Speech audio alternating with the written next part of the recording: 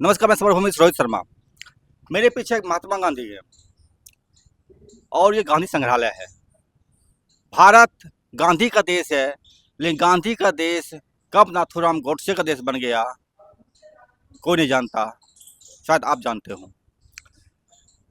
अभी भारत के दक्षिणी भारत में, मध्य भारत जब कहा जाए, बल्कि दंडकारण्य में आदिवासियों के जल जंगल जमीन को उजाड़ा जा रहा है। लाखों पेड़ हसदेव जंगल के काट दिए गए अडानी को देने के लिए। 550 से अधिक आदिवासियों की हत्या कर दी गई। 3 जून को एक आदिवासी को पीट पीट कर पुलिस ने मार डाला, पत्थर से पीट पीट करके, सर कुचल करके।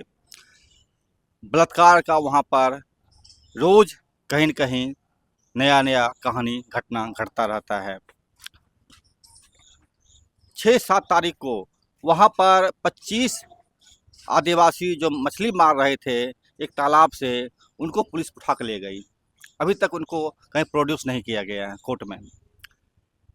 ये नाथूराम गोडसे का देश किस तरीके से लोगों के खिलाफ जा रहा है और क्या चल रहा है, हम जानेंगे। एक लेखक पत्रकार पुष्पराज, जो कि नंदीग्राम किताब से मशहूर हुए, और यह किताब बहुत ही बहुचर्चित हुआ।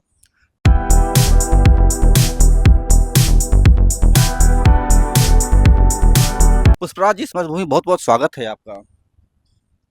ये लगातार आदिवासियों की हत्याएं हो रही है, पेड़ों को काटा जा रहा है। क्या लगता है, ये पेड़ कटाई, आदिवासी की हत्या से क्या राजतंत्र आ जाएगा? मतलब क्या, मतलब विकास हो जाएगा देश का? देखिए, यह तो यूपीए सरकार के समय ही शुरू हुआ था, जब छत्तीसगढ़ में यूपीए सरकार ने ग्रीन हंट लाया था और सलवा जुडूम लाया था। तो सलवा जुडूम और ग्रीन हंट के खिलाफ देश के जो प्रबुद्ध नागरिक थे,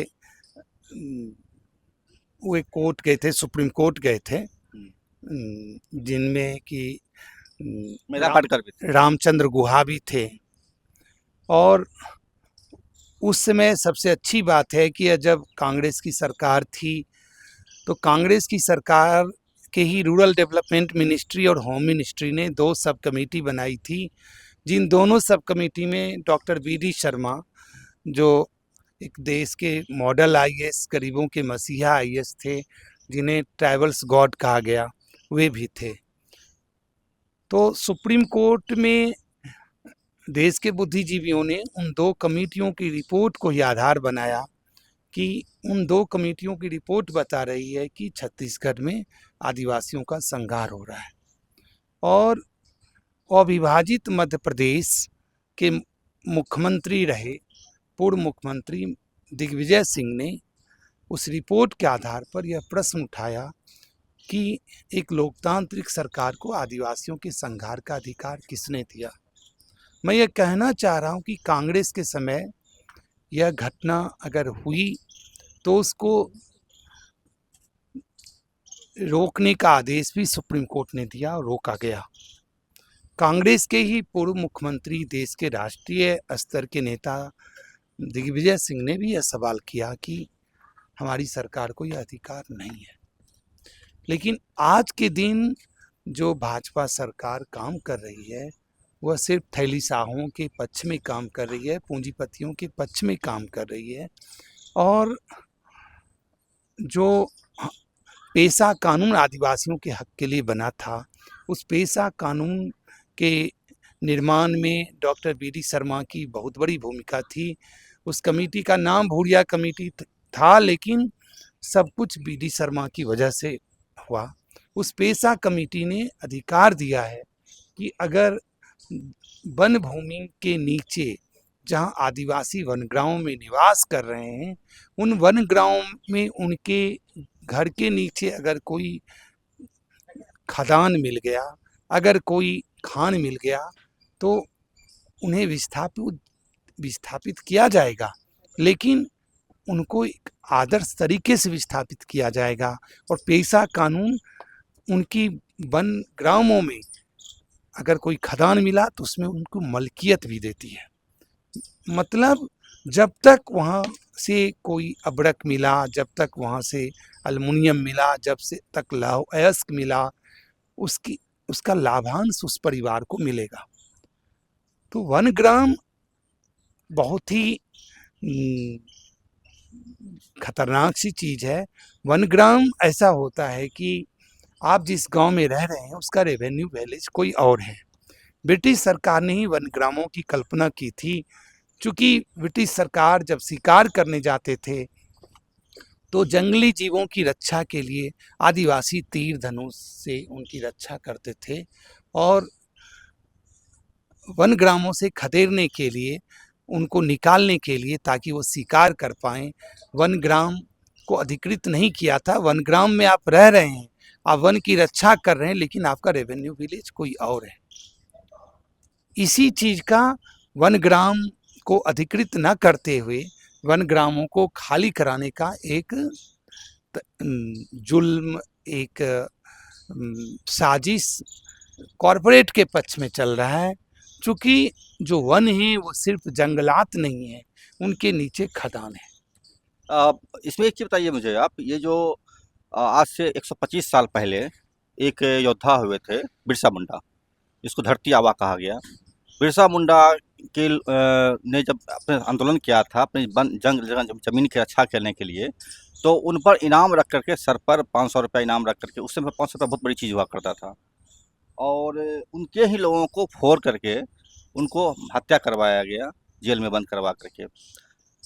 क्या नहीं लग रहा है आज 125 साल के बाद भी जिस तरह से आदिवासियों के सर पर इनाम रखे जा रहे हैं, लाख, 10 लाख, 20 लाख, 50 लाख, 10 करोड़, ये वही बिरसा मुंडा के विरासतों के जो रखवाले थे उनकी हत्याएं हो रही है, आज की सरकार कर रही है, जैसे अंग्रेज पहले करते थे।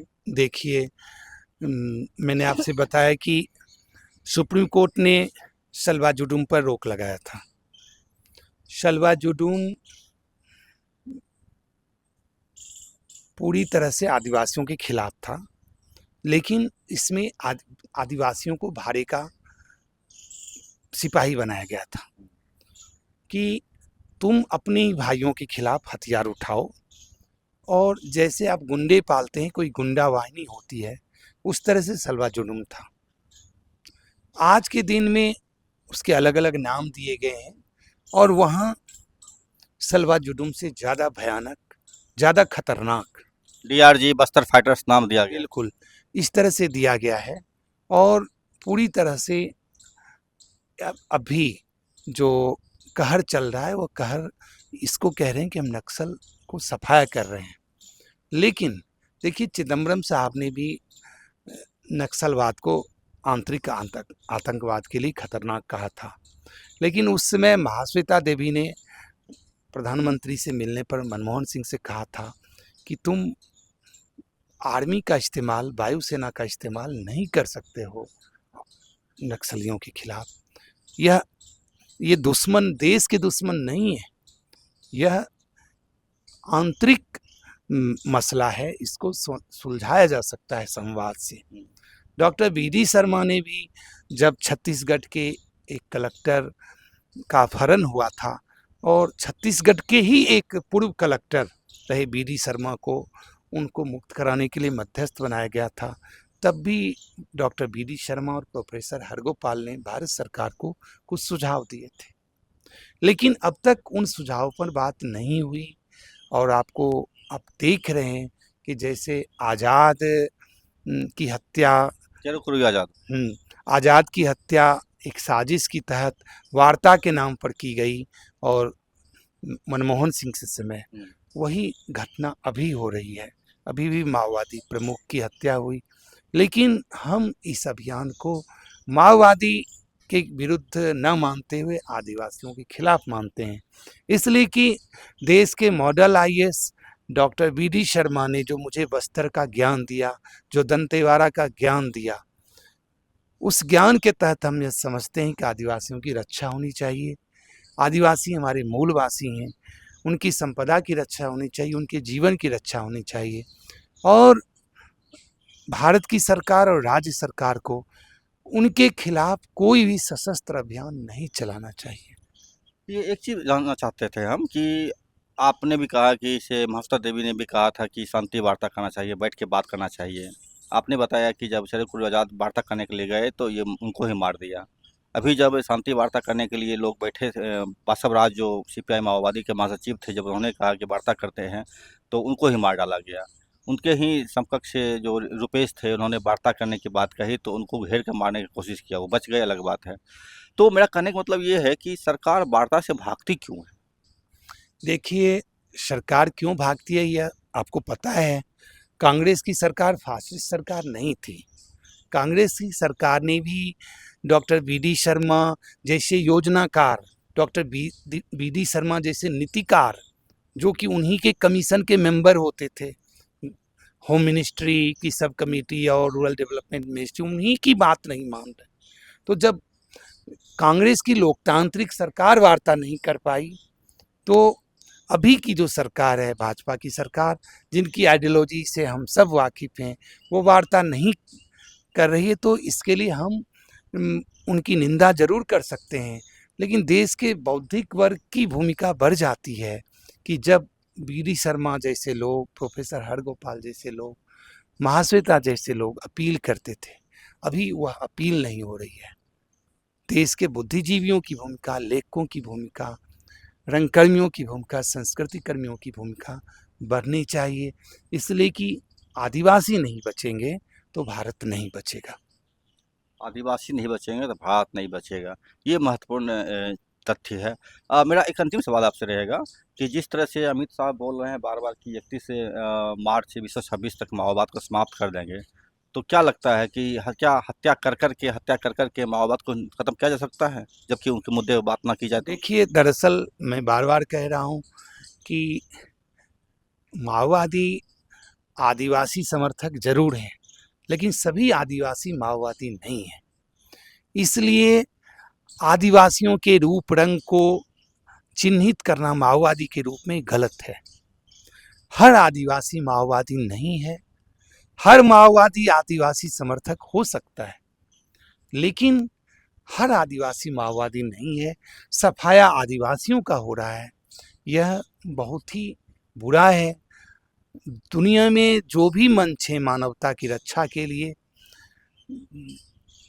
संयुक्त राष्ट्र संघ को और तमाम मानवाधिकार संगठनों को, एमनेस्टी इंटरनेशनल को, सबको पढ़ना चाहिए, हस्तक्षेप करना चाहिए और आदिवासियों की रक्षा होनी चाहिए।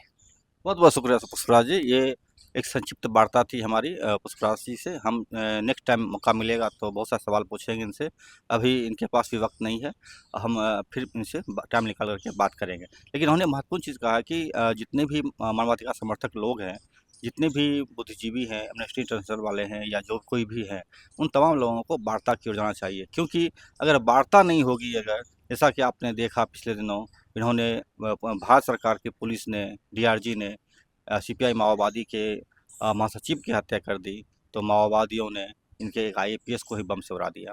तो दोनों तरफ से चल रही हिंसाएं, वार्ता नहीं होगी तो हिंसा होगी तो किसी समस्या का समाधान नहीं निकलेगा। आप बिरसा मुंडा को भी मार सकते हैं, आप माओवादी को भी मार सकते हैं, लेकिन आदिवासियों, इस देशवासियों, इस देश के लोगों के संघर्ष को ख़त्म नहीं कर सकते। और सबसे बड़ी बात यह है कि ये तमाम चीज़ें देश के हर लोगों से जुड़ी हुई है, इस पर लोगों को बातचीत करनी चाहिए, अपनी राय देनी चाहिए। नमस्कार, आपका बहुत बहुत शुक्रिया। धन्यवाद, शुक्रिया। और हमारा चैनल देखिए, लाइक कीजिए, सब्सक्राइब कीजिए, शेयर कीजिए और हमसे जुड़े रहिए।